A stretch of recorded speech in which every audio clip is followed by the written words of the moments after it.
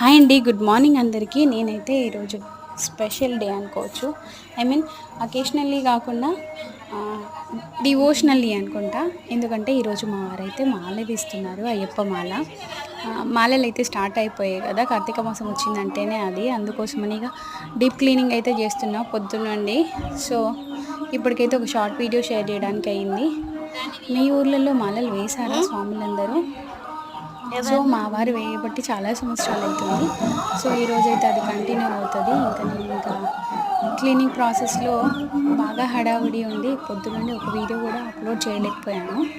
So ఇలా ఉంటుందండి పరిస్థితి. ఇంకా విలేజ్లలో అయితే ఇంకా కొన్ని పట్టింపులు ఎక్కువ కదా, సో ఇంకా ఇలా ఉంటుంది.